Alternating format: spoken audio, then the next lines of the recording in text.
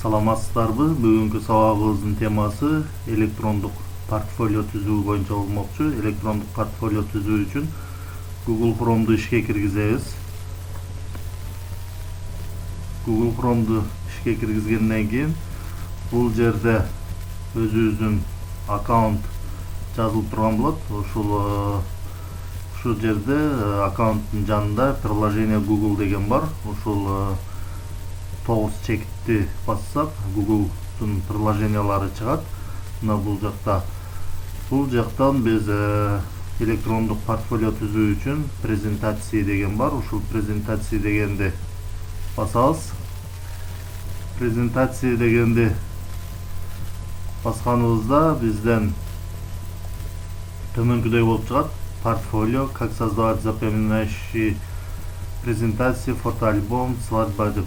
Бул жерден биз электрондук портфолио түзүү үчүн портфолио дегенди тандайбыз. Портфолио дегенди тандаганыбызда бизден төмөнкүдөй слайд ачылат. Бул жерде ваше имя деген жерге өзүбүздүн аты жөнүбүздү жазабыз. Мисалы өзүбүздүн аты жөнүбүздү жазабыз. Андан кийин о себе экинчи слайдка өтөбүз. Экинчи слайдта о себе деп турат. Бул жерге өзүбүз жөнүндө маалымат жазабыз. Андан кийин үчүнчү слайдта навыки знания дейт. Бул жерге билимибиз тууралуу жазсак болот. Бул жерде тексттерди өзгөртүп жазсак болот. Бул слайдты биз портфолиону өзүбүз каалагандай портфолионун багыттары боюнча өзүбүз түзүп алсак да болот. Бул жерде мисалы название проекта дейт. Бул жерге мына портфолионун багыттары боюнча жазып койсок болот. Биз бул слайдты өзүбүз каалагандай кылып портфолионун багыттары жана пункттары боюнча өзгөртүп түзүп алсак болот.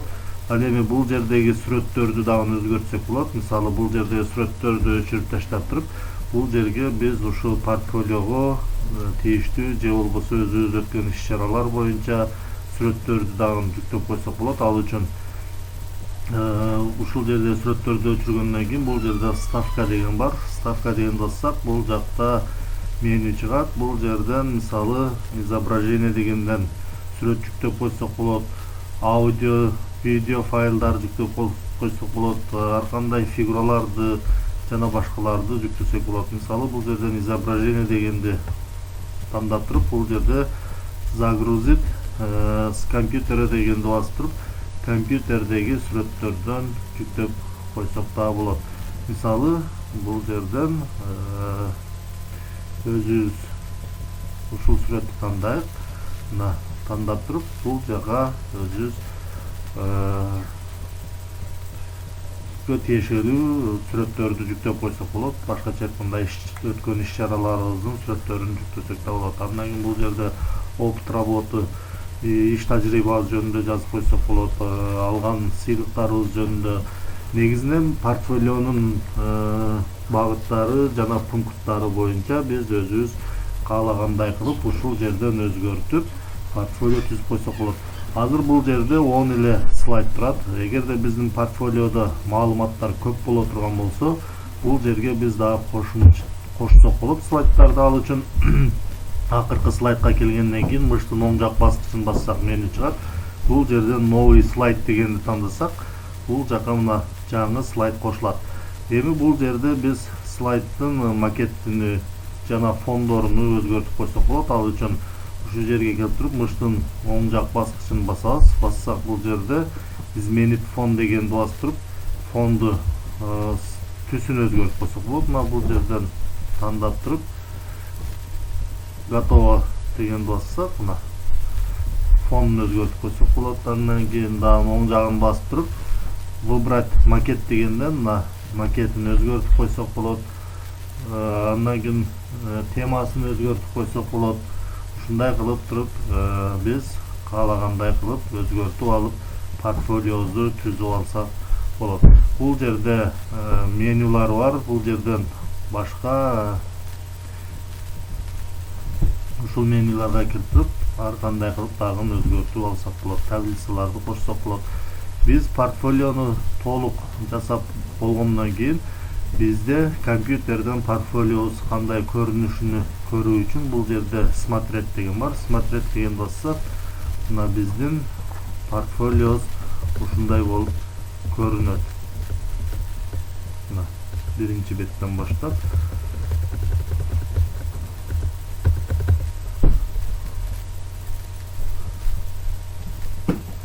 ушундай болуп көрүнөт. Андан кийин биз бул портфолиону сакташтын кереги жок. Бул автоматтык түрдө сакталат. Бул жерде биз портфолиого ат коюп сактабайбыз. Бул жерде назадты басабыз. Назад бассак, биздин портфолиобуз автоматтык түрдө ушундай болуп сакталат. Мына бул жерде сакталып турат. Эми биз ушул портфолиону кантип бөлүшөбүз? Колдонуучулар менен кантип бөлүшөбүз? Ал үчүн биз ушул портфолиону басабыз. Басканыбызда ушундай чыгат. Бул жерде настройки доступа дегенди басып туруп, настройка кылып койсок болот доступту. Басканыбызда ушундай меню чыгат. Бул жерден биз разрешить доступ всем, у кого есть ссылка дегенди басып туруп настройка кылып коебуз. Ушул ссылка кимде бар болсо, ушул биздин портфолиону көргөнгө мүмкүнчүлүк болот. Ал үчүн ушул жерди басабыз. Басканыбызда ушундай болуп чыгат. Бул жерде азыр обновление болуп атат. Мына бул жерде доступные пользователям, у которых есть ссылка деп турат. Бул жерде читатель деп турат. Читатель дегенге галочка кое турган болсок, биздин портфолиону окуганга гана мүмкүнчүлүк болот. Комментатор дегенди кое турган болсок, комментарий жазган болот. Ал эми редактор деп кое турган болсок, анда биздин портфолиону көргөнгө дагы, оңдоп түзөгөнгө дагы мүмкүнчүлүк болуп калат. Ошондуктан биз бул жерден читатель дегенге галочка коебуз дагы. Андан кийин бул жердеги ссылканы көчүрүп алабыз. Ушул ссылканы көчүрүп, мына ушул жердеги ссылканы көчүрүп туруп, биз WhatsApp'tan, Telegram'dan же соц тармактардан ушул ссылканы колдонуучуларга, интернет колдонуучуларга жөнөтсөк, ушул биз жөнөткөн ссылка аркылуу биздин портфолиону көрө алышат. Ушундай кылып электрондук портфолиону даярдап алсак болот.